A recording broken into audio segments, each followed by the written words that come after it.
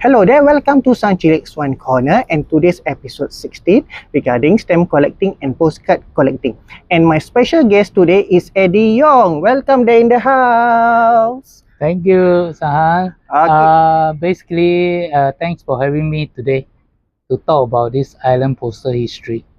Okay. Do you have any question for me? Yes, I do. Actually, I would like to ask you, when was the time that you start to collect stamp and what really attracts you in the first place? Okay, as any schoolboy, we start collecting stamps as a basic start. I started mine in 1969 when I was in primary 3. And when I joined the stamp club way back in 1989, I started to get more to postal history, which give you a more complete picture of what the envelope is about, where does it, any history, and what else can you tell about the envelope. Okay there, Eddie. I see on your hand there's some postcards, some what is it, envelope with stamp and the slogan on itself.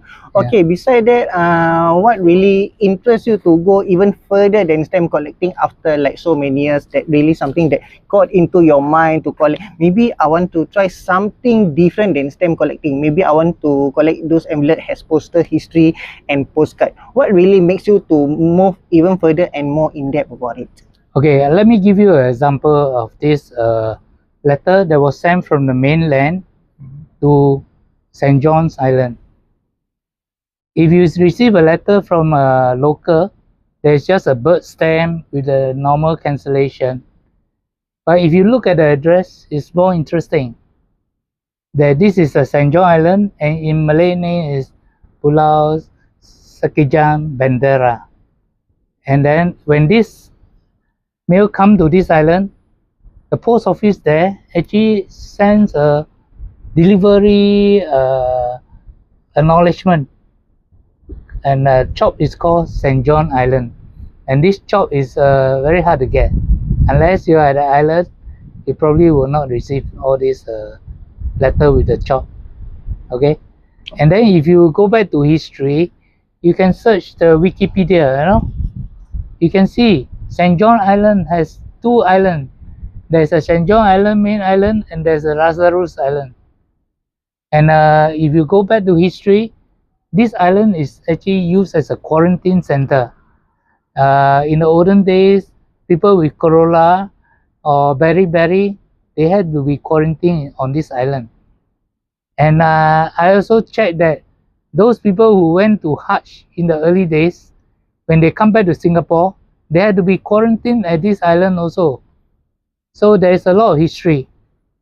So you can see this is the letter, modern letter, 1975, going to St. John Island.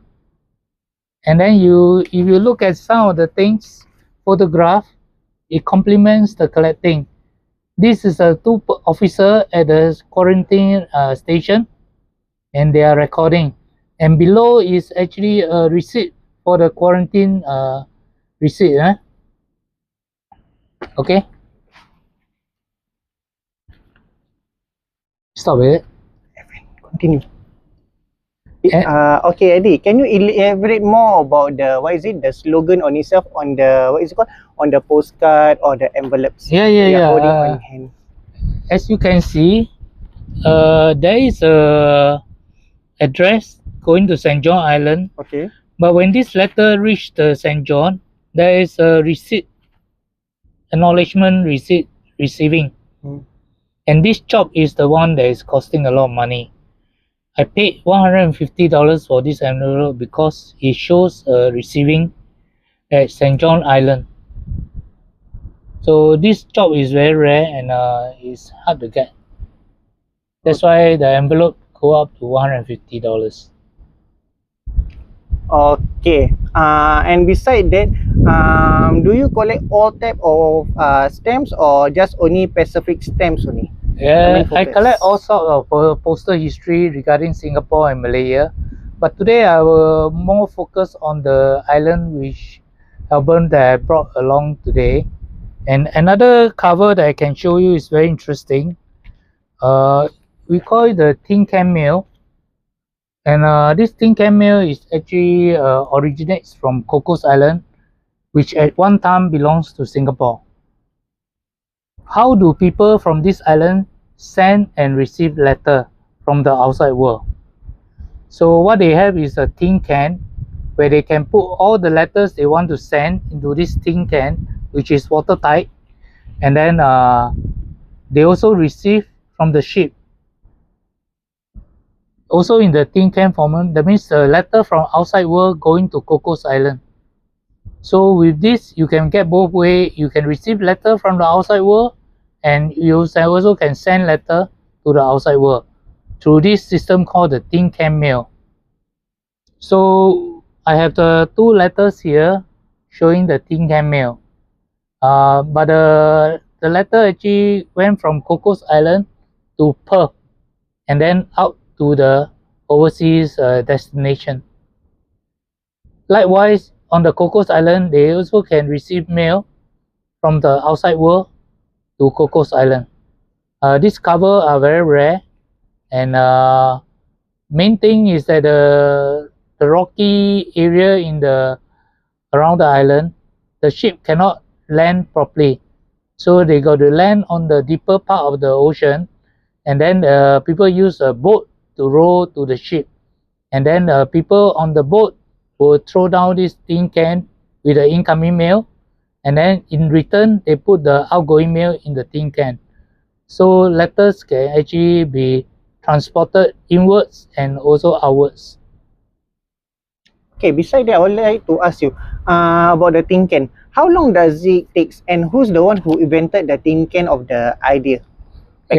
Basically, this is one way we can check the Wikipedia for those detailed information, and you can see that these tasks in some other islands are very dangerous, because in the like Tonga Island, there is many sharks in the ocean portion. So sometimes if they fell into the sea, they will be attacked by sharks. So it's a very dangerous operation. But for Cocos Island, the operation seems to be quite safe, and people row the boat in and out just to transport the mail.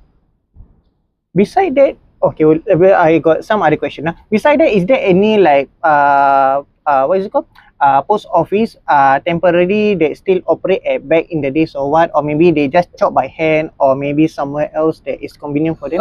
As you can see from these two mail, actually they have a cashier to say it's tin can mail, and then they also have a saying that the Cocos Island, when does it go up, with the ship name RMS Orion, and this one is another ship name they chop on the cover. But when you reach Perth, then they do the machine cancel, and this will go out of the country. Okay. And this is actually both going to England. Okay, so you can see that the cashier prove that this is actually done by the tin can mail system. And behind we have this postcard of the RMS Orion, the ship that actually carry this mail. Okay. All right. Thank you, Eddie, and thank you for everything. I hope that you guys really enjoy. And the next part, probably there's some other days that I'm gonna upload more on regarding about Eddie collection.